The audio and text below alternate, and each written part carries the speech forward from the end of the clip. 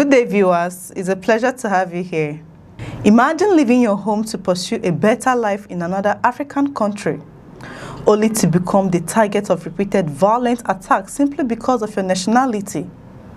That is a concern Nigerian has once again placed before South Africa after revealing a disturbing death toll involving its citizen.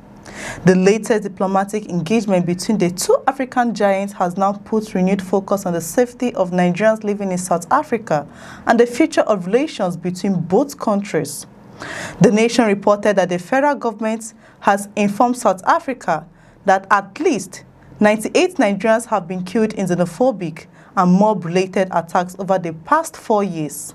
In 2022 alone, 98 Nigerians have died in mob actions, in hate-related actions that we have called Afrophobia, because we found that the preponderant victims of this ugly situation are Africans. The disclosure came during a high-level meeting in Abuja between Nigerian officials and South Africa's Minister of International Relations and Cooperation, Ronald Lamola, who arrived as a special envoy for President Cyril Ramaphosa, following the recent attacks on foreign nationals in South Africa. Representing President Bola Tinubu, the Minister of State for Foreign Affairs, Ambassador Sola Enikolaye, said the Nigerian government could no longer remain silent over the recurring attacks. But we have seen a pattern that had become a concern to the Nigerian government, which is why Mr. President had asked that we sit down and begin to talk about this in the most frank and honest manner. We've seen a pattern emerge as early as 1995, in 1998, in 2006, in 2015, in 2016, 2019, 2021, 2024, and 2026. He described the violence as Afrophobic attacks and warned that the continual killing strengthened the long-standing relationship between Nigeria and South Africa, two of Africa's largest economics and most influential nations. He stressed that the repeated attacks have created fear among Nigerians living in South Africa and have continued to damage confidence in the ability of authorities to protect foreign nationals. Enikolaye reminded the South African delegation that Nigeria had already evacuated more than 1,500 of its citizens from South Africa over the years because of repeated outbreaks of violence. He described meeting some of the returnees as one of the most emotional experiences of his public service, recalling how many returned home with nothing after losing their homes, businesses, and personal belongings. The minister questioned why many of the victims, including legal residents, became targets despite living and working lawfully in South Africa. In accordance with the minimum requirement of humanity. But what we have found is that this xenophobic attack had gone beyond, attack on criminals. We have record of Nigerians who have legitimate papers to remain in South Africa, yet they have been attacked. And we could see some mob actions, which we saw the police watching as if they are helpless to address this situation. He also raised concerns about the response of security challenges during several of the attacks, saying such incidents raise important questions about the protection of foreigners and the responsibility of the state to guarantee their safety. At the same time, Nigeria emphasized that it does not support criminal activities committed by anyone, including its own citizen. Enikolaye said individuals accused of offenses such as drug trafficking, internet fraud, or other crimes should be arrested, investigated, and prosecuted through the courts rather than becoming victims of mob justice. He stressed that the rule of law must always prevail over violence. If there are criminals, as you alluded to them, we reiterate that the solution is not to kill them. We're a country governed by the rules of law. If someone is, quote and unquote, a criminal for drug trafficking, there are rules and regulations.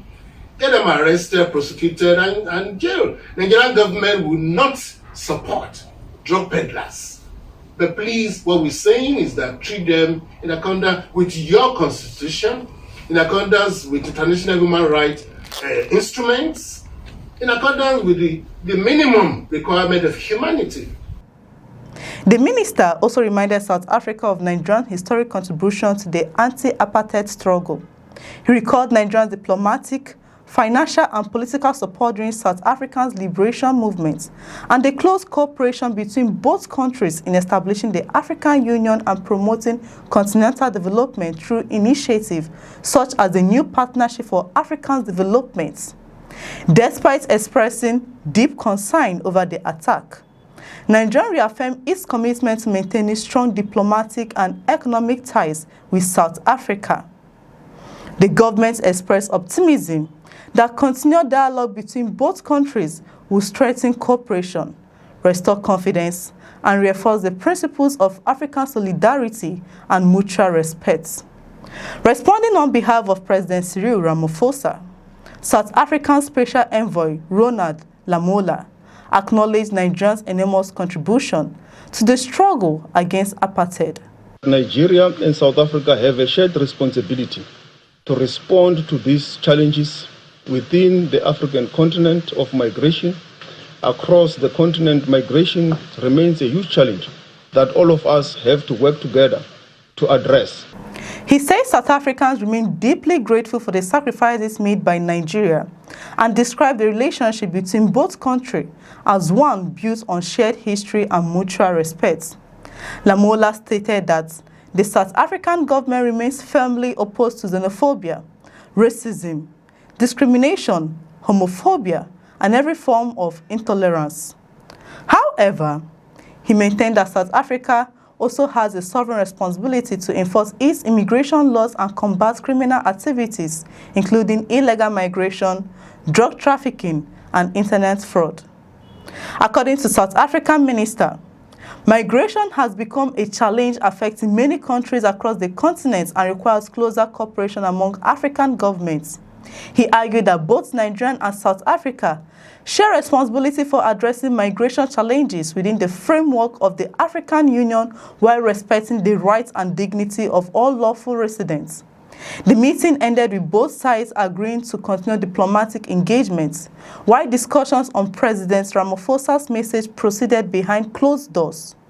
Although no immediate policy decisions were announced publicly, the discussions underscored the seriousness of the issue and the determination of both governments to prevent further deterioration in relations. The renewed diplomatic engagement comes at a time when many Nigerians are demanding stronger protection for citizens living abroad. As investigations into recent attacks continue and both governments pursue further dialogue, many will be watching closely to see whether this discussion leads to practical measures capable of preventing future violence. For many affected families, the ultimate measure of success will not be diplomatic statements, but a future in which Nigerians and other African migrants can live and work in South Africa without fear of becoming targets of hate or mob attacks. Share your thoughts in the comments below.